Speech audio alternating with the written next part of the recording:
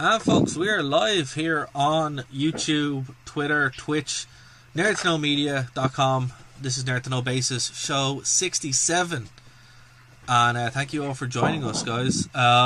So joining me this week, we have Bryn, Keen, and Kev.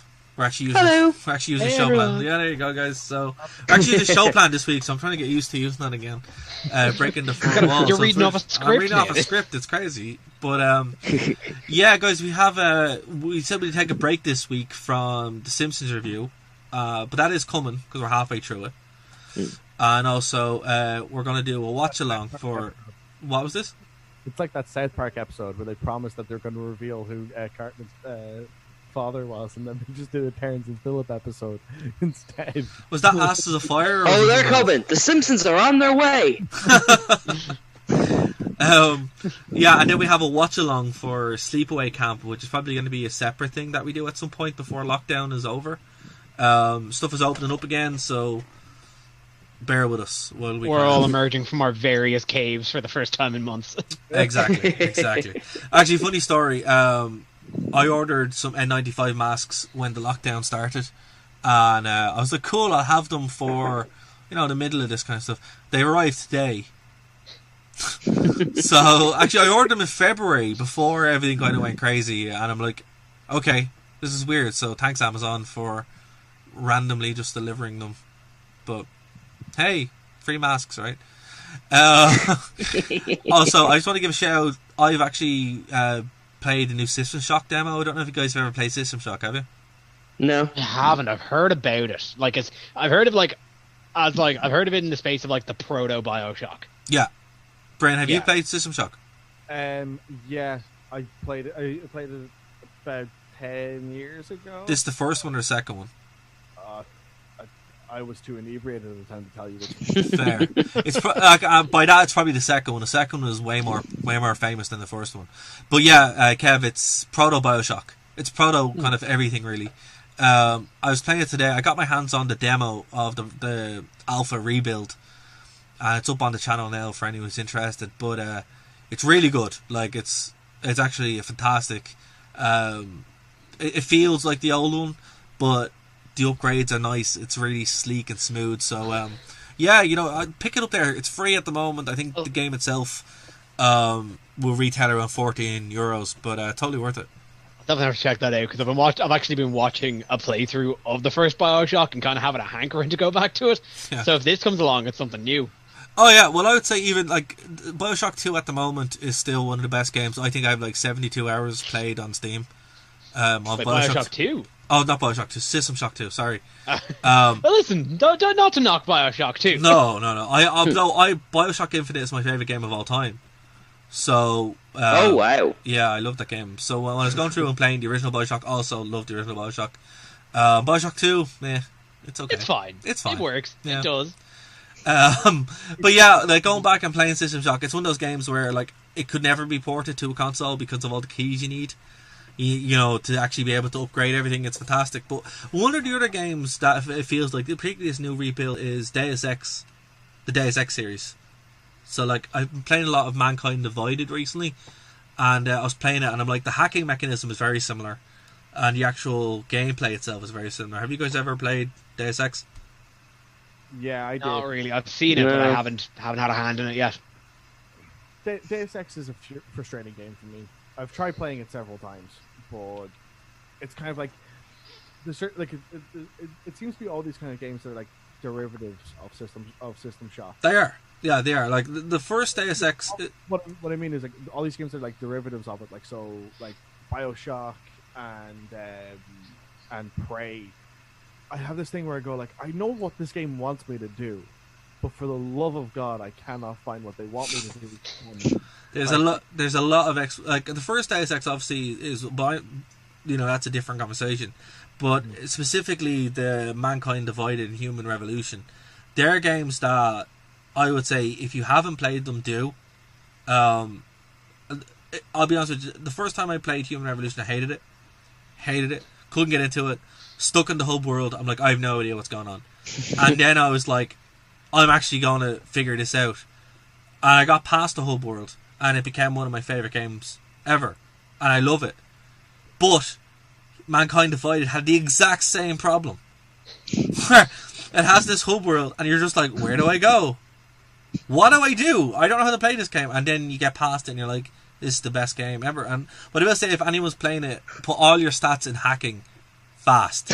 Because once you figure out how to hack everything, the whole game just goes pop, and you're like, okay, this is a lot easier. Other than that, you're going to be shooting at everything all the time, and you have no bullets. So you're like, there's a big robot over there, and I can't do anything.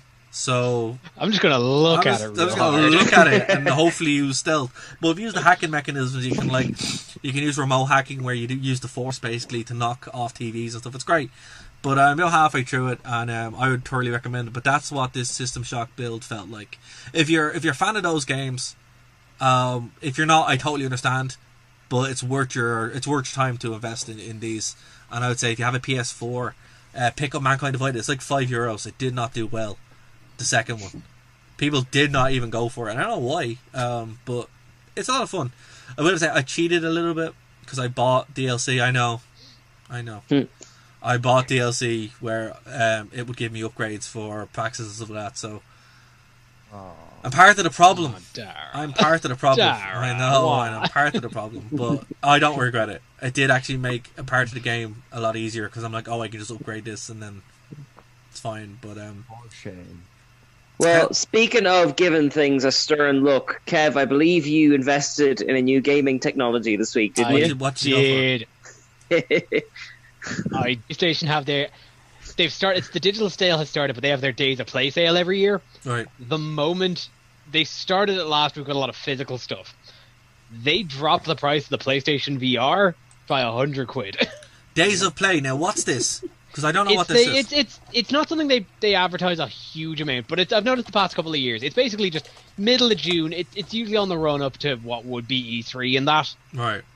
They just put a bunch of stuff on sale. They'll drop prices of like consoles, drop the price of PlayStation Plus subscriptions, get like all their first party stuff and just slash prices. Run it for about 2 weeks, and then all the new games are announced and yada yada yada. They announced it this year. And it's the first time I've seen like a significant drop on the hardware that made me actually commit to it. And so I got a PlayStation VR. Nice. For a truly crazy price. It was $230 for the headset and all the gear to set it up. That's not bad. And that's not bad at 5 games. Jeez. Not even like shovelware titles. No. Resident Evil 7, Skyrim. Astrobot Rescue Mission, which is like a Japan Studios PlayStation first party. It's great as well. It's like a little third person character platformer where you control this little robot and you got to find other little robots. It's so fun and so well designed for the VR space where like you're sitting in your chair and you're traveling through like a one-way tunnel. And there's just like little platforms, and you see a staircase kind of going off to the left there, and you actually have to kind of move your head and look. Like there was one part where like I saw a hole above me, and I was like, if I just stand and look, oh, there he is! it utilizes the VR like better than I ever could have imagined. I've had a look at it. So well done. I've had a look at it there, and I wasn't aware this was a thing because obviously, like PlayStation have been pretty good with their digital sales, but this is pretty awesome. Like and like I know this year they really highlighted. It's something they've been doing since the PS2, like the PlayStation Hits titles, all the first party stuff. Oh yeah. Like they've announced that like all the PS4 old PlayStation Hits, like the likes of Uncharted 4 and all those for like old first party PS4 titles, they're all like £15 now. They have just hit the axe on them now and just kind of basically given them away. They do this every year, and sometimes you get some really, really good stuff for this. The PlayStation VR, I never thought I'd commit to a VR headset, but now I want nothing more than to play it all the time. And the main thing stopping me is the sheer biological factor that I cannot play it for more than 2 hours at a time. Yeah, that would be my kind of thing too. I've done a bit of it with Unity. The developing scene in Dublin is quite good for Unity developers who like make things with it. I feel incredibly sick every time I go near VR. Yeah, like I've been binge playing binge again 2 hours at a time Resident Evil 7 in VR, and it's fantastic. But yeah, like I'll be just kind of walking through the house and I'll think to myself, man, my head's really starting to hurt, and I don't know if that's because I'm getting scared or because I might actually vomit. Oh god, yeah, that's cool. Oh no, look, it's cool. It's cool really that incredible. It's cool that they're dropping their hardware. I know Steam do the same thing on their Steam sales. They're like, you can get a Steam Link for like a tenner or a Steam controller for like, what, 30 quid maybe, 20 quid. So that's cool. Yeah. One thing actually, before we move on to the PlayStation topic, right? I don't know if you guys know this or not, but the PlayStation Vita, has a really, really good modding life. As far as, yeah. Oh, you were talking about this over Christmas, weren't you? I was. Well, not over Christmas. I got it just before the lockdown. And that's when I kind of figured out how to jailbreak it and stuff. But... Theoretically, for academic purposes. But there's a user on Twitter, follow me on Twitter, @DaraWV, and he actually updates new patches and firmware that comes out and new modules. And one of the new modules that they're working on right now, and there's a proof of concept up, is Dreamcast. So, yeah, what? yeah. So Redream, yeah, Dreamcast games on a Vita. Yeah. So Redream is the emulator that you'd use on computers. He was able to render Redream on Vita. So it's not out yet, but we're very close, and it's very exciting. So fair play. It's truly impressive, because I honestly thought you could do Dreamcast on like RetroArch or something. You can't do it on the Vita. It's not powerful enough until now. So it looks like that's going to be happening relatively soon. To be fair, the Vita was a surprisingly little powerful console for being kind of a juiced up PSP. The fidelity it had for especially the time it came out was leaps and bounds ahead of what the old, because that was around the time of the original DS. No, kind of, sort of. I think so. Kind of, sort of. But the thing of it is, maybe the 3DS. The 3DS. The 3DS. Because I had a DS and a PSP at the same time. Yeah, the PSP in itself is a great little emulation device. It pretty much plays everything up to the N64. Nothing really plays the N64 except the computer or the original Xbox. It's the only thing I've been able to find that runs an N64 without it dying. But the Vita is able to run pretty much everything, but it did have limitations at the PlayStation 2, and it had limitations at the Dreamcast because it wasn't there. Both of these things now look like they're going to have proof of concept, because you can actually play Wolfenstein, Return to Castle Wolfenstein, no problem on the Vita. Just straight away, the GOG game. That's so cool. You can just play it and it works fine. But I would say, give it 6 months and we'll have the Dreamcast. And that, if that happens, because I'll be straight, I actually bought a Vita for that reason. And then when it wasn't there, I was like, oh, okay, kind of bummed out. But it looks like it's going to happen, so I'm ecstatic. So look, the PlayStation hardware is fantastic. I bought a Vita for about the same reason maybe half people that own a Vita bought a Vita, and that was for Persona 4 Golden. That's fair. That's fair. Only thing. Yeah, no. I actually... well, no, see, that's the thing, it on the surface, it's a very poor console, but it was given a very poor life. There's a great YouTube channel called Tech James, and of course he, for academic purpose, theoretically, shows you how to, jailbreak and add stuff and all this kind of stuff. And it's one of the best YouTube channels around, because he goes through great detail how to do it, step by step by step. And theoretical step by theoretical step. Of course. Every single person who I've talked to has a Vita is if they haven't done that, they enjoy it, but not as much as you can. And you can do so much with it. You put a 128 gig SD card in it, and you have a fantastic little retro gaming device on top of having some really cool first and third party games. Mortal Kombat 9 is on it, and it runs perfectly.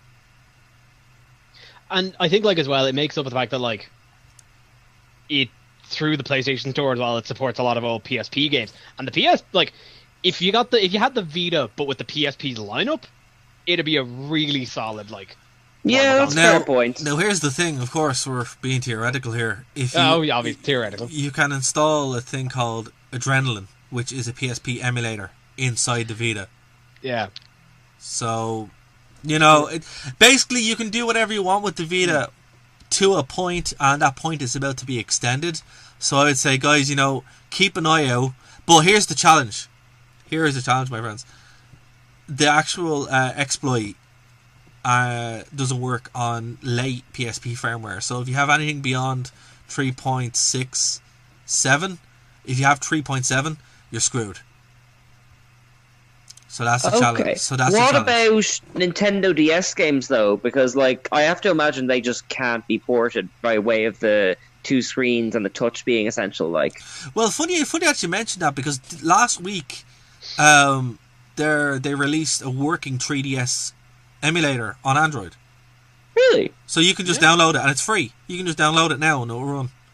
Theoretically speaking. No, not theoretically. This is they didn't break any laws. This is fine, but you have to find your own games, obviously. But you're gonna have to talk me through that off the air, because I'm missing an entire generation's worth of Fire Emblem games that need to get caught up on. Oh man, and it's great. I will have to say, one of the hardest things to theoretically crack are Nintendo consoles, because they're so annoying. But they're so just hard linked to the hardware that they're on. Yeah. That Yes, Nintendo exactly. have a difficult time separating them from it. But basically, the exploit to break a 3DS are bad games that cost €4. You actually have to buy the games to exploit their code because of buffer overflow. And that's how it works. That's how you get the exploit in and install God mode. With the PlayStation, it's just like, oh yeah, here's the back door, just walk in. It's that's it. They just didn't patch it out, and they went in and got it. But the Vita still has an active support, which is really awesome. That in 2020, that's the console to have now. That's the handheld, not the Switch, not anything like that. A PS Vita, it's great. But it's great despite Sony, and that's the truth. It's like that's right. It is great despite Sony. Yeah. Hell yeah. The funny little lifestyle thing I heard about the Vita, because again, most people here know that the Vita crashed, in Western sales. Hard. The reason it it was supported by Sony as long as it was because it had a stellar life in Japan, simply as a visual novel simulator, as a visual novel. But that's the thing. Oh, I can see that working. But that's what I use it for too.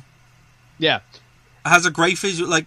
It's one of the best ways. The actual games that it has in the range, if you tune in the right way, and there's something else theoretically, of course, that allows you to access the entire library of everything on it for free, theoretically, educational purposes, of course, and you can just see what's all there. You can go through Japan games, European games, UK games. It's all there. And I would say, if you're looking for a place to start, go over to Tech James' channel. He is awesome, and you'll see all that content there. But the Vita's great, guys. I can also stream from the Vita. So what I'm probably going to do, I'm going to do some street reviews. So have a look at that. And I would say that's my recommendation. My hard recommendation of a console is the Vita. I don't know. Have you guys ever looked at the PlayStation TV? I haven't. Tried using it earlier today, actually. Oh, you have one? I literally started trying to use it earlier. It's the remote. I tried using the remote play function from the PS4 to use it, and my Wi-Fi connection just isn't strong enough for that signal. So, oh god, yeah, it sounds like it's a hardware, hardline thing. Like using the Steam Link. If you're not gonna have a fully wired connection, it's a waste of time. You know what? I was actually trying to figure that out with the Steam Link. I don't know if you guys have ever used it, but it's a pretty cool little bit of tech. But it's the worst thing in the world if you don't have a hardline connection. And then my friend was like, "Are you using Wi-Fi?" I'm like, "Yeah." And she's like, "Don't use Wi-Fi." And I'm like, "Yeah." I don't know. It just never occurred to me that was the problem. And I think when I first heard it was you are streaming PS3. I know it's PS3 and back, but PS3 games completely over wireless. It just seems unfeasible. I had troubleshooting Steam Link for one of my friends, and he had his computer hardline to his he had a link hardline to his router, but his computer that he's running his games from wasn't hardlined at all. So the only way that he could... Hold on a second. Cian, Move the mic away from your face while you're breathing. Sorry. There we go. it sounds like Darth Vader. Was I doing a Darth Vader you thing? You were doing a Darth Vader thing. Oh, I'm not like a step beyond. It sounded like you were snoring. I thought you were asleep. I was like, is he awake? I'm adjusting back to shop schedule. It's entirely possible. Yeah, I was just like, I hope he's still awake. Actually, I was wondering that about Bryn. I haven't heard you chime in for like 20 minutes. I just got patient. Okay. Could you teach me that? This is like what happened when you guys were waxing poetic about Tarantino. And I was just like, I can't get a word in edgewise here, and I didn't like the film. The same thing. Like when it comes to the Steam Link, I put an issue where he was going, okay, well, why is there so much lag going through? And I was just like, well, do you have your computer hardlined in? And he's like, no, but doesn't that make the whole thing pointless? And I was like, it does make it pointless, but that's besides the point. Yeah, it's funny, like, it's one of those things, but, like, even to our streaming, before we figured out how streaming actually was working, trying to do it on Wi-Fi was just a no-goer, you know? So that's a free piece of advice for anybody listening or watching when you want to stream. Hardline all the way. There's no point otherwise. It just won't work. We're not there yet. It's like doing gaming online. If you're not hardlining in, how can you expect to have a good experience playing games? Yeah, it's just not it's not possible. It's just it's weird though, because nobody really considers that. You know, everyone just thinks that the internet is magic. Yeah, it is. It's not, Keen. It's not. It's just a bunch of wires. That's all. Okay, cool. Okay, so this show is us teaching Keen how computers, how the internet, how the internet works. Yeah. Okay. Hold on, I've got a PowerPoint here on DNS servers. It's going to take more than a PowerPoint. I'm going to need like bright visuals and like animatics and that little dancing like isotope thing from one of the early episodes of The Simpsons. Like you're going to have to talk slowly. Yeah, no, it's just say right at the gate because it's been really popular to talk about the fear mongering about it. Who's afraid of 5G really needs to get the fuck away from the router. Because one of the signals it broadcasts out on is 5 gigahertz. Yeah. I've heard that if you set the towers on fire, the reception actually gets better. Well, that's Virgin, but they're backwards. Look, the thing about it is, you know, like moving it aside from that, the actual like connection that you're going to get is. Well, with 5G, it's interesting because the connection is actually less than fiber optics. A fiber optic cable would be better, but you couldn't implement that as widely as 5G for what they wanted to do. So it's like, I get it, it makes sense, but it's also like, that's a whole other kind of worms. It's not as good as the cable. No matter what you do, you'd have 20G and it still wouldn't be as good as the cable. Just because computers like cables. 20G and it'll still just drop. Yeah, exactly. You just lag out. It's just what's going to happen, you know? Like, this is what happens. Like, signals dither over range. Like, yeah. This has been known since radio. Like, it's madness. Like, it is, but like again, you know, it just with the whole world where everybody thinks that the internet is magic and it's just a thing that comes out of your phone when you hit a button. You kind of get into that complacent mode where you're like, oh yeah, I need to plug this cable in. Like, there's a great meme. It's not even a meme. It's just a thing from a library in the States, I think, where it's like, the Wi-Fi is broken. Please use Wi-Fi cable. And it's just an Ethernet cable. And you're like, I remember being in college in 2007, and the Wi-Fi was there, but nobody used it. You actually had to hard line into the desk on the kiosks in UCD. That was the sewer stations. That was the sewer stations, exactly. Yeah. And you'd have to just sit there with your blue Ethernet cable going, yeah, okay, I can check my emails now before I go off. Having been in both UCD and IADT, like and Kev, you probably can attest to this as well. The Wi-Fi in IADT was just whoa. Yeah, you'd be just trawling the college trying to find a free like computer. Just be like, okay, I need to check. Yeah, like I need to check my personal emails. I can't do that anywhere else. You can in certain hallways where you go, okay, I've got actual Wi-Fi connection on my phone here. You turn a corner and you don't. It's gone. It's gone. You'd notice the Wi-Fi sections by who's brought couches around the college and crowded around it. I'm going to say that's more of a Dunleary thing than a strictly IIDT thing, though. That's the fair. streets all move around and everything changes. It must affect the signals, too. Yeah, So it's Twin Peaks, basically. Oh, easily. going on. Except with more weird stuff happening at night. That's a fair point. Yeah, it's just weird because like in 13 years, we've gone from that to the internet kind of being everywhere. Like I remember, you go to college or whatever, you check your emails, and that would kind of be the internet for the day then. And you go to the library or whatever. And it's funny, even like I wasn't doing CS at the time, my friend was though, and I had a bunch of friends who were doing it, and that was kind of that for them as well. They would code and stuff, but there'd be very little internet, and it's just weird to think about it. So They might check Facebook or Bebo or yeah, Bebo was still a thing in 2007. but that's kind of like, another 20 minutes out of your day. And Yeah. that's it. And that's it. You go back. I do think, I don't know if you were around there, Cian, Bryn, for long enough, but where you'd have the communal printer, where everyone would print everything and you had to scoop through that much paper to get your essay or whatever. It was pretty funny. I still do. I use the one in Dunleary. I use the printer in my library. Oh, wow. God. Is that the Dunleary Library?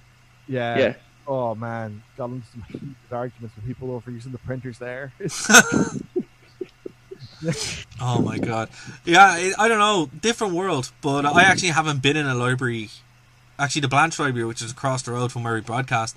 Last time I was there was, 4 or 5 years ago, maybe? Yeah. I don't even know. I didn't think libraries were still a thing because everything's online, but they are. Well, people need books. Well, actually, when I was there, they actually had a pretty good graphic novel section, believe it or not. Like Most Dublin libraries are really well stocked in terms of their DVDs, their movies, their pretty much every kind of media. Like I think it's like the best bargain on earth that no one seems to care about for whatever reason. But nobody seems to know about it. That's the truth of it, One thing people don't know about as well is all Dublin libraries now are linked together. So if you're looking for whatever reason you want to read The Crow, right? They can help you track down which library has it, and you can order it in. And they've had that system since I was a kid. Like it's worth just chancing your arm and asking for almost anything in a library. Like I've gotten such a huge range of like Star Wars books just from the one in Dunleary. Like, 'cause Stevie's like a real sharpshooter for finding them. Like it's always like I've never been in a library and not come away with like 5 books I wasn't thinking of reading. Like, well, the one in Blanche actually is great as well for that system. Like their comic section is great, but also their history section is actually out of this world. But you can actually use that link as well. You can order them in, and they'll have them in a couple of days. It's a bit of a shame that people don't go back to libraries, but it's just the kind of thing that why would you think about it? And even still, the online stuff, the digitalization, where you can actually just go through the digital collection. I think that's what we're going to see more of now moving forward. Yeah. But I mean, like, I think it's one of those things. Like, I always grew up around libraries because my dad reads more books than he can afford, and like, again, like this is a guy. Like, I have never really been much of a reader, but my dad will read 5 different books at the same time. Wow. Because that's just how he does it. Like, he'll read, like, I've read a chapter in this, now I want the next book, read a chapter, and just kind of cycle like that. I would be guilty of doing that for a maximum 2 books, and then I lose interest. Yeah. But anyway, that's just how that's like his reading habit. But like, because of that, like, you could not afford to buy all those books. No. And two, you wouldn't have the shelf space if you could. So, like, libraries. Have you seen my shelves? There's only finite space in your home, Ian. Actually, it's funny. Do you guys remember Borders? Yes. Like the Theory, or we're talking Landmass? What are you talking about? The bookstore Borders. It's an American bookstore that was before it bankrupt during the crash, and that's how I got my library downstairs. I went in and I bought shelves, and I was like, I will have all these books. And it was ridiculous because at one point they were on sale for like 75% off or something like that, and at the end it was like smash and run, basically, whatever you want. And I went in and like I was going to buy this entire section, so I bought the entire classics and history section just to have it downstairs. Actually, we had a local Extravision closed down. Same thing. Years ago in Exhibition. And it was very much the same situation where I was walking in to find some, like, bargain Blu-rays, and somebody's walking out with a shelving unit. That's what you do. You're like, had to get it out. You have to get it out. It's like eventually, if you wait long enough, they're going to sell off everything, and that means shelving units. The fixtures that are there. Actually, when everything but the walls.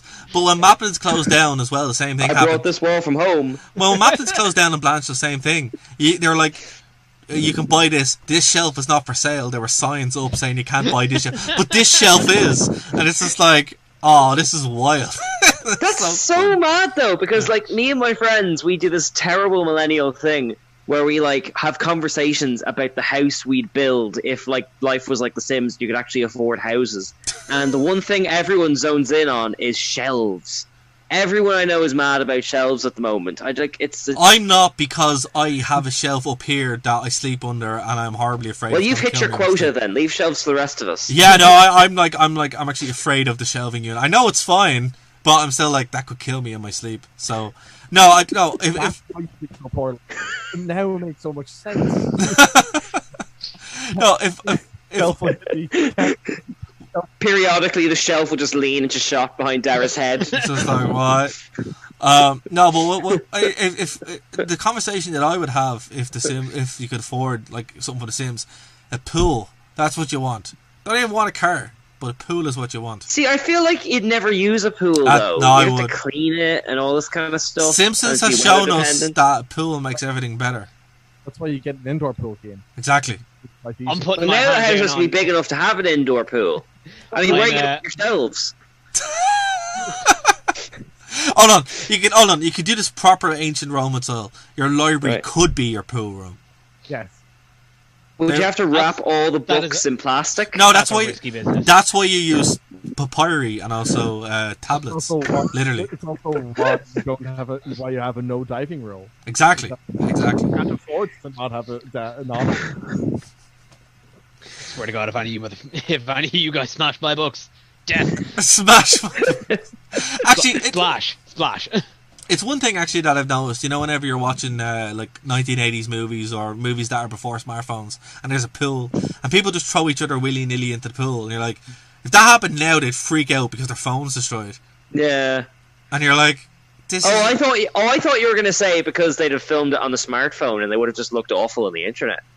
That's fair. That's also true, but it's also like, people are a lot less tolerant about being thrown into pools since about 2008. Yeah, I mean that's the real turn of the century thing right there, isn't it? Yeah, like a couple of years ago you wouldn't have minded, but now you're like, you just ruined my phone. Like, I will say this: I think I will always mind being thrown in a pool against my will any given century. Depends who it's by. If it's by one of your friends, you're like, oh. If it's some randomer, you're like, this guy has a problem. What's he doing? Okay, got so many questions. Where did this pool come from? Exactly. I was just walking down the street to my library. Well, with a shelf under one arm and papyrus under the other. Oh man. Actually, I watched. There's a really good service at the moment. Obviously, you guys know I'm a big horror movie fan, right? And there's during the lockdown trying to find stuff to watch. Oh, Shudder. Shudder, yeah. I've seen Shudder. It looks class. No, Shudder's great. We're not sponsored by them. If we are, that'd be great. Give me a free subscription. No, they are great, and it's actually really cheap as well, right? It's only like €40 for the year, and there's a free code you can use shut in for free 30-day trial, and then cancel after if you want. But they have everything. It's all done by order as well. So if you want 70s occult horror movies, they have 70s occult horror movies up the wazoo. If you want zombie movies from 1989, if you want slocky VHS movies, it's all there. It's great. But before I got that, I was working through different horror movies on Amazon Prime, and Amazon Prime is ridiculous. That they will publish anything. Literally. Well, of course they published Picard. I remember the tirades in the group chat about you going on about some of the terrible horror movies on Amazon. Keen, what you said, Keen, like as you said, like it's like someone shot it on a phone. and post it on this. What was one of the movies? Oh, it was. Cam was Netflix. What was the other one you were talking about? Cam. We'll get to Cam in a second because Cam was actually great. But it was, what was it? Was it Friend List? Right? No way. Is that on there? No, and I am watching that. But it's not. It's not like The Good Unfriended or something like that. It's Friend List. It's about a fictional website which is Facebook, but it's called Friend List, and it's about this killer who stalks people based on their friend list, and it's terrible. Like, our main cast is a hillbilly who does drugs and then drives his kid to school, while she gets kidnapped by this faceless goon who wears the mask, the white face mask from Deals. So this is our protagonist who we're supposed to relate to, is it? Exactly, he's supposed to be the everyman, you know? And he's also a cop, which is even funnier. It's just like, what is this? But yeah, so that's... Do they have the other one, though? Is it Unfriended, where the entire thing is filmed on, like webcams, I think, yeah. Oh no, I don't think you have I think Unfriended might be there, but I actually really like Unfriended. It's basically like watching this stream now, where it's us but with, you know, spooky ghosts or hackers. Because the first one was like spooky ghosts. I got a surprise for you. Well, what's the first one like? The spooky ghost of your woman, and then the second one was even ridiculous because it was just ghost hackers. There's a second one. Have you not seen the second one? Oh, the second one is phenomenally bad. Okay, so for anyone who doesn't know, right, Unfriended is about this video that goes viral about this girl killing herself or whatever, or doing something embarrassing. She kills herself, and then she ends up haunting this group chat of all the people who are involved with it in some way. The sequel is not those people at all. The sequel is something completely different. A totally different group of people. Completely different. It's not even kind of related, right? So it's like a sort of Trolls 2 type thing where it's just the name they're lending it to something else. Like, yeah. Okay. Right. It starts off... At least to get it better than Troll 2. Well, it starts off on a Mac opening screen, and the guy types in the password, and he keeps trying to do loads of passwords and it doesn't work. And eventually he gets the password and it works. And you find out it's a stolen laptop. This guy stole the laptop, and then he's signing into his deaf girlfriend. He developed an app to speak to her, and that's important for later. And then it signs into his game night with his friends on Skype, right? And yeah, it's all well and good. And it finds out that the laptop was actually owned by somebody on the dark web, who was people trafficking on the dark web. And his hacker friend helps him find all these images on the Mac using a tool which looks like a virus, because it is. And and then he accesses what did he call it? The river, right? It's supposed to be Silk Road, and it looks like Minecraft, and it's gas. And then he ends up in this auction, and then they hunt them down, and then the hackers find them, but they have supernatural powers to be able to control things with their mind. I just love how the dark web has become like the modern equivalent of like the Ouija board.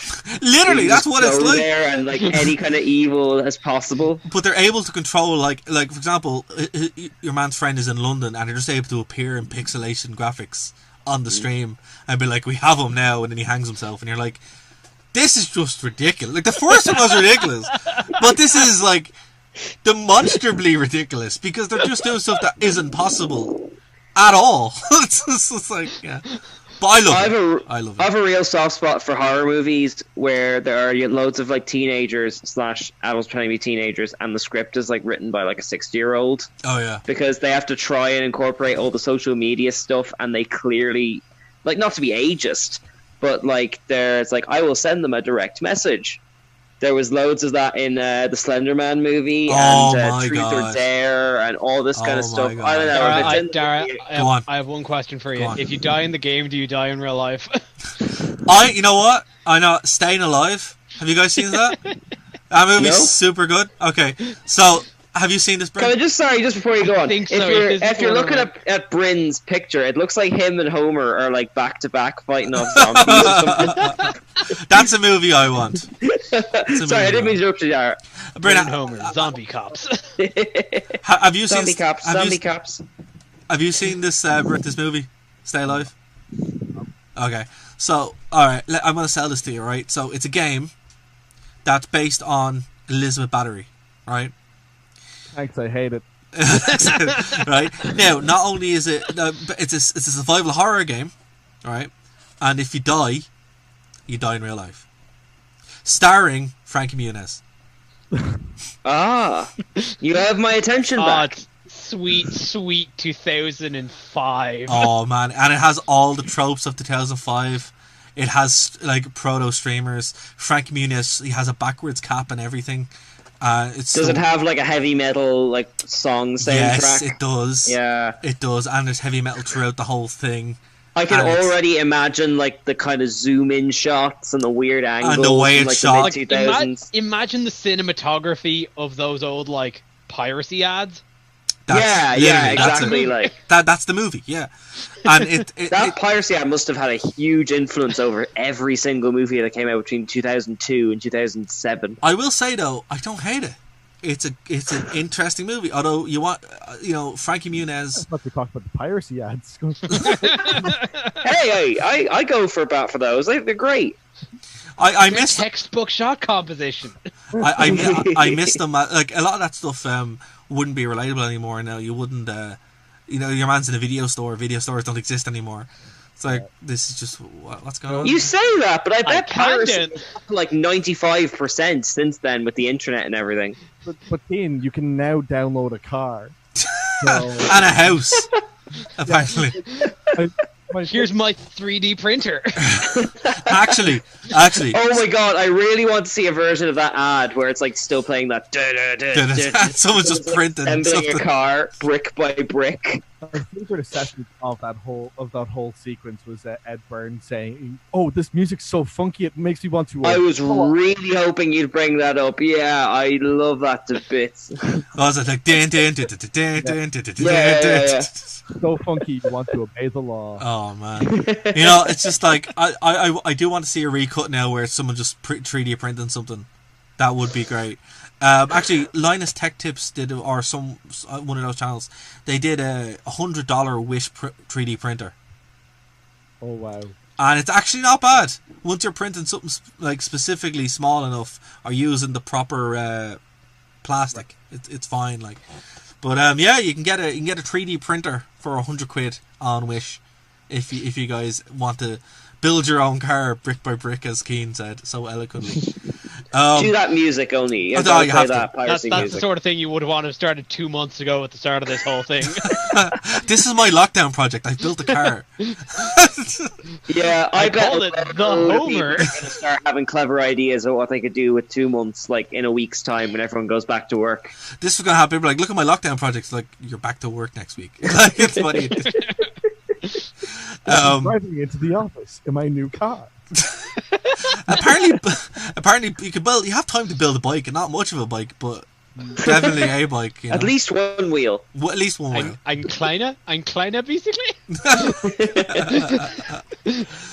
But no, I would seriously recommend Stay Alive. It's one of the best movies. Another one to watch, actually, now that this is a horror podcast.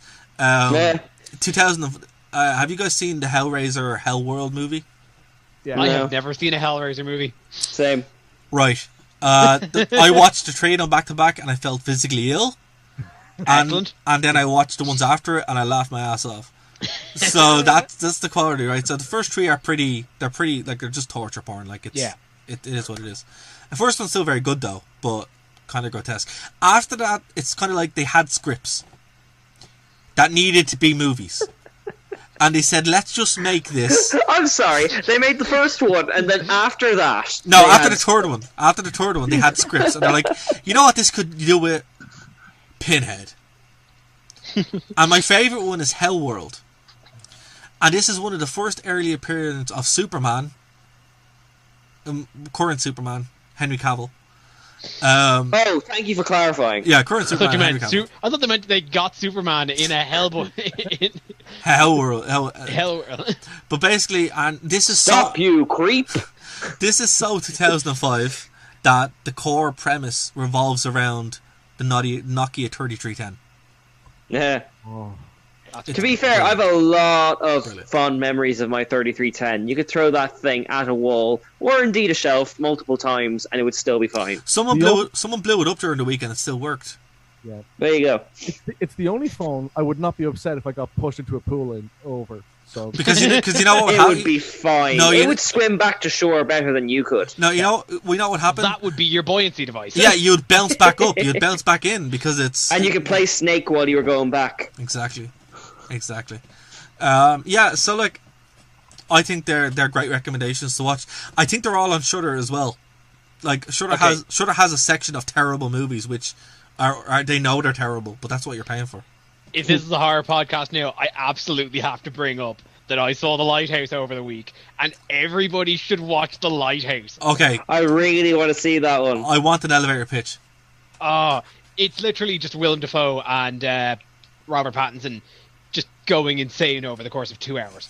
I can watch that. But it is just like it's a really, really good movie. Like in terms, I never saw The Witch, but I know it's the same director. Which is very good. Like it's very well shot, very well written, very well directed, and like it's literally just kind of Robert Pattinson's character just gradually going insane, being stuck on this island in the middle of the bleeding 1920s or so. I think it's post-war.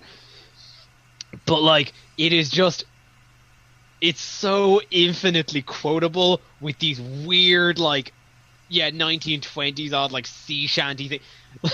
Like you will be asking random people on the street after you watch this movie, "Are you fond of me lobster?" Okay. Or just like because I know as a friend, my friend David was the one that convinced me to watch it, so I watched it, and immediately as soon as I texted him, I just texted him the word in all caps, "Hark!" And is it on Netflix or is it on some other service? I think it's on Amazon. Right. Amazon Prime. I'm pretty sure it's on Prime. Okay, I'm going to be watching that on my first day off this week. I watched it in totally legitimate physical format. Oh, wow, how retro. But, where did you get it? In what shop is open that would sell it? Totally legit video store. Totally. Oh, I see, okay. How very academic of you. I don't know. I discovered a recent Clive Barker horror movie that was on Red Letter Media did a review of it. I was wondering if you were going to bring this up. Did you watch it? I haven't seen the film. I watched the Red Letter Media thing. Like, what's the name of it? Raw something. It's based in Ireland, and it's about this demon, a sexual demon that tries to attack everybody but won't kill pregnant women, or is afraid of facility symbols. It's very weird. It's a very weird movie. It's actually Rawhead Fred, I think, or something like that. Raw or something like that. I can't remember the name, but Red Letter Media did a review of it, and I actually was able to find it on YouTube in its entirety, and I'm like, this movie is so weird, and it's a couple of years before Hellraiser, so it's just like, okay, I need to bring this up because this movie is very strange. But to be fair, it does have a very good Irish cast. They all sound like they're from Ireland, so I think it was shot in Ireland. Yeah, and it actually looks like Ireland. It's not they're saying it's Dublin, and it's like one building next to 11 trees. Like exactly, yeah. It feels like just in the middle of like Mayo or Mead or something. Yeah. They're not walking from the Blarney Stone to the Giant's Causeway in one shot or something. Exactly. Yeah, it's worth a watch. I can't remember the name of it now for the life of me, but unfortunately I can't check without opening the video on my phone. But the thing that really caught my eye in that was the Neil Breen Master Course. Yes. Now this is crazy. If anyone hasn't seen this, we're Nerd to Know. Red Letter Media do a review series, and this week was on that movie and also this director who... We gotta preface this though. Do you both know who Neil Breen is? Of course I know. He rings a bell. Don't insult me. I thought I brought him up a couple weeks ago. I think you might have, Bryn. Neil Breen is like the guy who directed The Room taken to like the next level. Yeah. He is this actor / director / writer / producer who makes his money off being an architect and makes these weird movies that are so bad it's good. And like, I don't know, how would you describe him, Dara?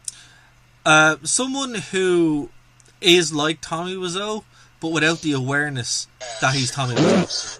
Rawhead Rex, that's the name of the movie. That's it. But yeah, of the passion that Tommy Wiseau clearly has to try and make films. Clearly, he's just like, I'm making films because I'm great.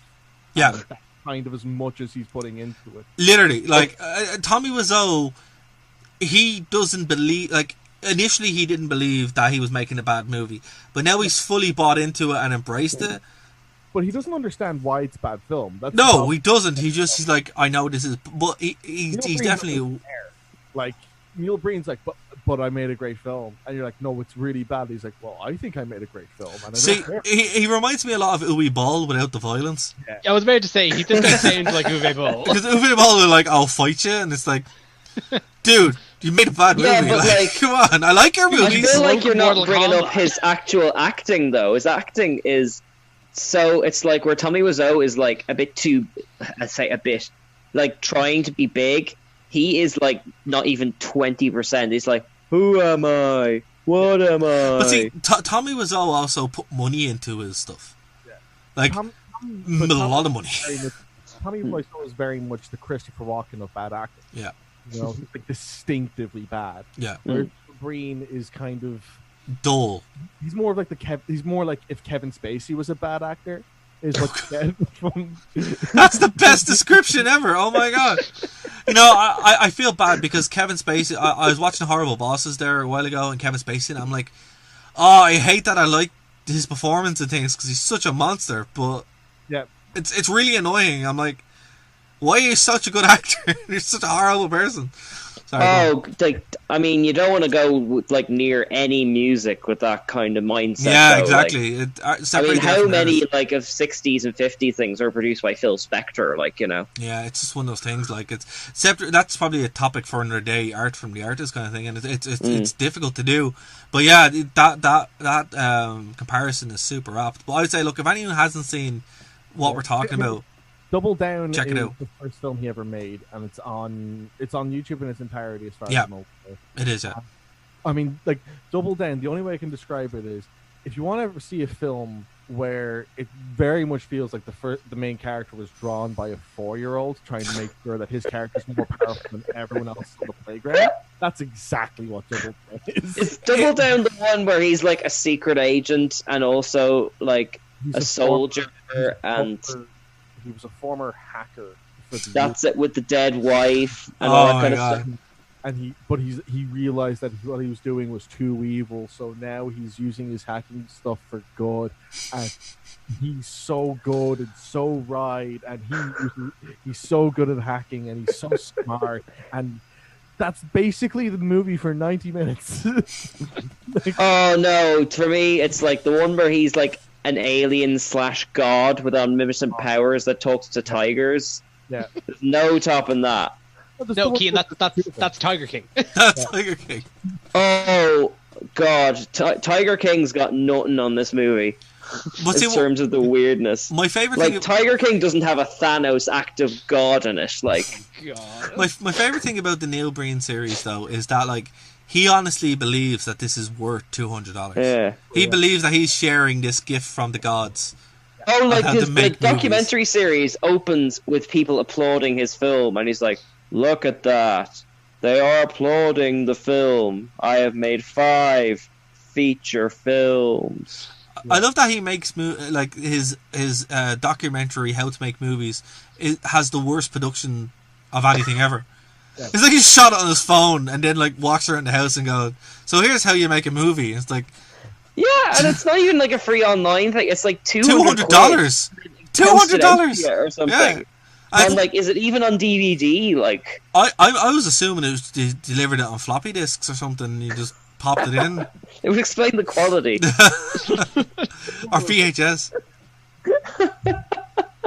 This is one of those things that reminds me of an interview I saw with Tommy Wiseau back just before The Room really hit the peak of its infamous popularity, where like he'd done an interview where someone was asking him about why did he shoot half the film on 35mm and then the other half on HD. I was like, oh, it's an intentional decision. Despite like it wasn't. He's like, it's an intentional decision. You know, I'm really, really proud with the technique. I'm going, it's like I'm going to make a full documentary on the benefits of using this style and maybe write a book about it. And it's just like, it's like these people are hacks. Yeah. for what they're doing, and there's no like when you hear them say like it's the same thing with Neil Breen. Like he's a complete hack and has no idea what he's talking about. Like they just need to get hit. Like I'd love to see something where it's like it's a story written by Tommy Wiseau, directed by it's a movie produced by Tommy Wiseau, directed by Neil Breen, and written by Max Landis. And I would watch that all day long. Amazing. Oh my god! I want like do you remember that film Face Off? Like I want like that kind of pair up between Tommy Wiseau and him, and where they're trying to underact each other. Starring Nicolas Cage, Kev, exactly. That's the best movie of all time right there. Best movie of all time. One thing as well, right, on that point, because we are getting close to time, there's a great Make Your Own Damn movie by Lloyd Kaufman from Troma. That's pretty much free as well. He's actually genuinely a great dude.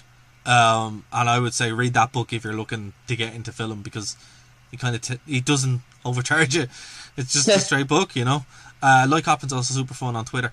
Guys, we have reached the end of the show. So we're going to wrap up now. Keep an eye on... Well, I think next week we're going back to The Simpsons. Is that right? That should be the plan, I think. I think so, yeah. Yeah. Next week we're going to go back. We're going to finish off our part 2 of The Simpsons review there for season 5, 6 seasons? 5. Season 5. And then... Episodes 11 to 22. Yeah. And I actually watched them beginning of the week, and there's some good stuff there for sure. I'm glad we split it into 2 parts. And then... Is ridiculous. Like, the which? That whole season is ridiculous. Oh yeah, it's so good. It's so good. Sorry, Dara. Before we kick in, I know I'm not going to get much of a chance to do it next week. Cape Fear, real good. Sorry I missed last week. It's okay. It's okay. We could have spent this whole episode on that. We could have. But we'll do the best we can. We'll do the best we can next week. Sleepaway Camp is going to be our next watch along. We don't know when that's going to happen yet. Keep an eye on Facebook and Twitter and all that kind of stuff for when we're doing that. That's probably going to be separate from this show, so we'll let you know. Obviously, with lockdown reaching its end and stuff like that, scheduling is a little bit all over the place. But guys, before we get out of here, what would you like to plug, Kev? The first Monday of every month, newly launched show Anime Crash Course. It's effectively kind of an anime book club where a handful of us on the Nerd to Know media team watch a series and get together and just kind of dissect it and talk about it. Our first episode was One Punch Man. It was an absolute blast. Like, I had a great time. Please check it out. It's a ton of fun. Okay, Keen?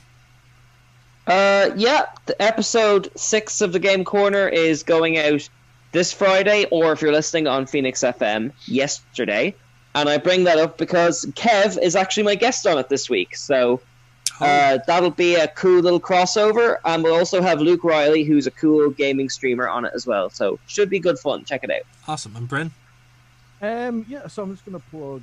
so there was an interview that came out today on our channel with me talking to Dave Wachowski from Pro Wrestling X, which is a wrestling game currently